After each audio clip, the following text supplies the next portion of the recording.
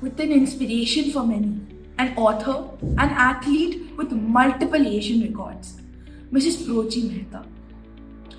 This is going to be one of the most enriching and richest podcasts of my channel. So, why did you choose to become an athlete? Actually, I was 35 years old when I decided to become an athlete. Before that, I used to play hockey and basketball for the state team. And then after that, the children were born and things just happened. And Sanaya was in school and she had her annual athletic sports. And at the same time, there was the West Bengal state meet and I saw the 100 meters timing. So I thought, this timing, I can do it easily. And so I told Sanaya, I'll run in your old girls race in the school. So I went to the school in shorts and spikes and what all else the other ladies used to run in the salwar kameez and what all. And I ran and my timing was pretty good. So I decided to take part in the open meet in which I came third. And then I progressed into the masters or the veterans because the masters and veterans starts from 35 for women. So, what would you say is your secret or the preparation you take into going into those meets to ensure you have the best results? And at that time, we didn't pay the coach anything. Can you believe it? He worked free of cost. And he would make me go for practice early in the morning. Sometimes he would come at 6. And in the evenings, again, we would practice at 4 o'clock at a red road. If it was in the morning, we would go to Salt Lake Stadium and practice. But practice had to be done just about every day. Whether you felt good or you didn't feel good, you were out there practicing. So that is the main motivation. So what makes you think that you can put in that training, that effort to become an athlete? It's very difficult. You have to get up every morning at 6, go for training, and again go for training in the evening. And your coach comes with you. He does it voluntarily without any payment. In this day and age, it's unimaginable. And we used to have the youngsters training with me. I was maybe 35, 40, and the others were 12, 13, 14, 16. So I was training with the youngsters and the boys. So one day we had a competition amongst us and we had to run 300 meters. And so I had to run with a boy who was a little slower than the rest. And the comment I got when I finished first was, "Ma'am, you have beaten him." So, and then the event which I had to train the most for was the 400 meters hurdles.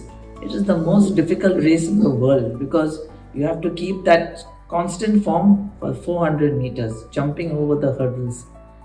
And the training I did for that improved my actual 400 meters timing, so I broke the record in the 400 meters. So, growing up and throughout those training as well, who was your inspiration? Actually, I did not have any inspiration. That's the way I lead my life. I decide to do something and I do it.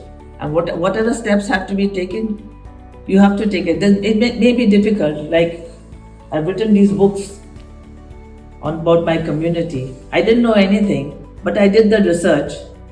And when finally I was not sure, I sent a letter off to Mr. Fali Nariman, who was the leading constitutional lawyer at that time.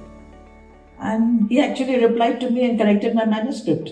So if you want to do something, you don't need someone to inspire. You have to find that spark from inside, which will help you to achieve what you want. What would you say is the proudest moment of your career? I think when I broke the 400 meter record, it was the most difficult thing to do. And then, that same year, I broke the triple jump record. So it was quite an achievement. And one year my husband challenged me. He said, "You win the overall trophy in the open meet at our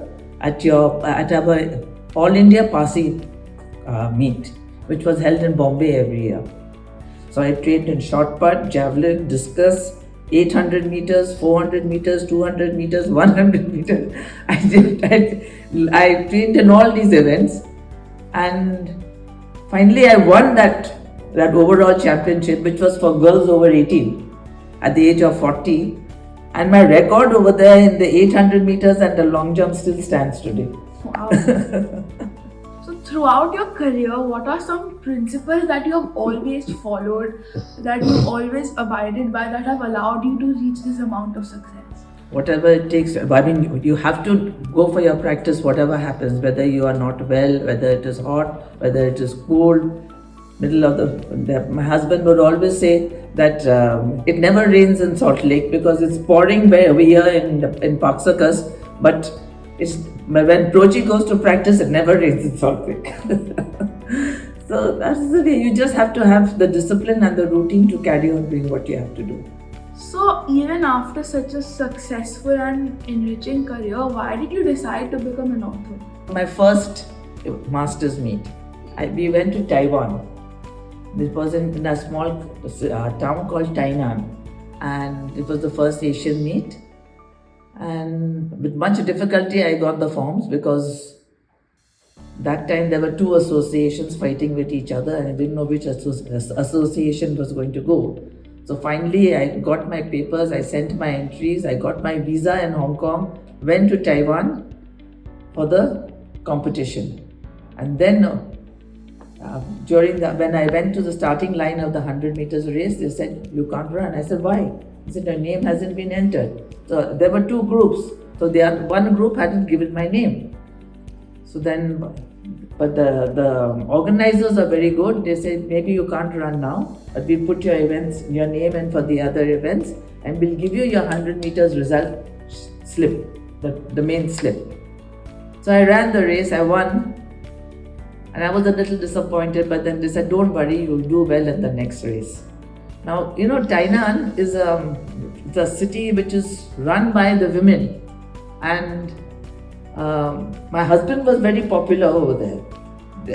The reporters, the next day in the papers, they wrote a big article in Chinese or Mandarin or whatever it is, and they wrote all about him. And one line was written, "And he's come here to support his wife." Then the day we left from there after the competition, they stayed awake, the organizers, till 2 o'clock in the morning to put us on the bus, and they gave us gifts and sent us on. It was a lovely experience over there. So, despite such a successful career as an athlete, why did you decide to become an author? In our community, if there is an intermarried woman, her children are not accepted, but the men's children are accepted. And there is no legal basis, there is no social basis, there is no also history of this. So I actually decided to study this fact. I investigated the cases, I investigated the history. I got a document from the Privy Council, a 110-year-old judgment, which actually says that the child of a Parsi mother is a Parsi. And today we say just the opposite. So when I revealed these documents, because it had a lot to do with religion and with law, as I told you, I sent the entire document to Mr. Fali Nariman. And so he corrected my whole manuscript by hand.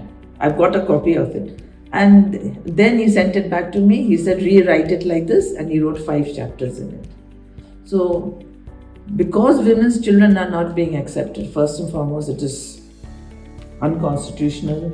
Then also, it is totally against nature that you can accept the boys' children and not the girls' children. And there is no social need to do it. And because of that, our entire community is disappearing. We used to be 1 lakh, about 14,000 people in 1940. Today we must be hardly 45,000. And we have 10 deaths to 2 births every year. So the community is just going. And in addition, 25% of the children, which are the girls' children, are not being accepted. This made me actually go into the history of the community, and did you know something? In India, there were no interfaith marriages until 1954. Did you know that? In 1954, a special marriage act was made where people of two different religions could marry and keep their religion. Before that, they had to sign a statement saying, I am not a Hindu, I am not a Parsi, I am not a Christian, or whatever it is. They had to give up their religion and marry. So there's no like the history of interfaith marriages in India until 1954. And to say that we have always done this is not possible, because it was not possible before 1954. That is the most important fact for all interfaith marriages. Not only in our community, in all communities.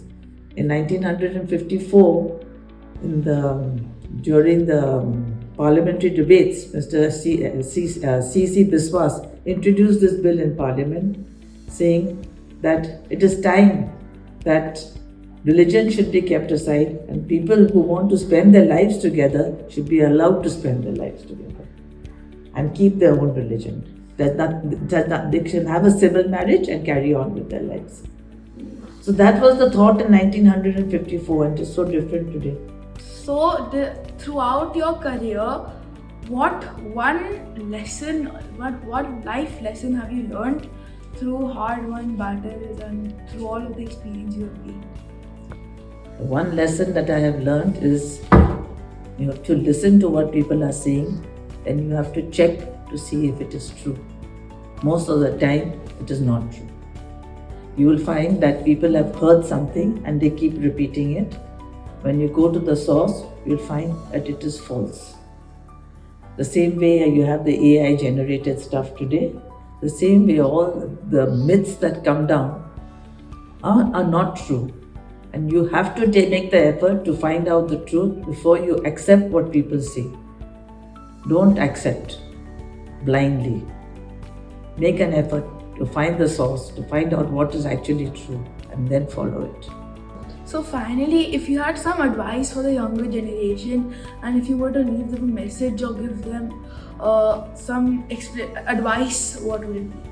Don't accept anything at face value. If someone tells you that women can't do this, don't accept it. Why can't I do it?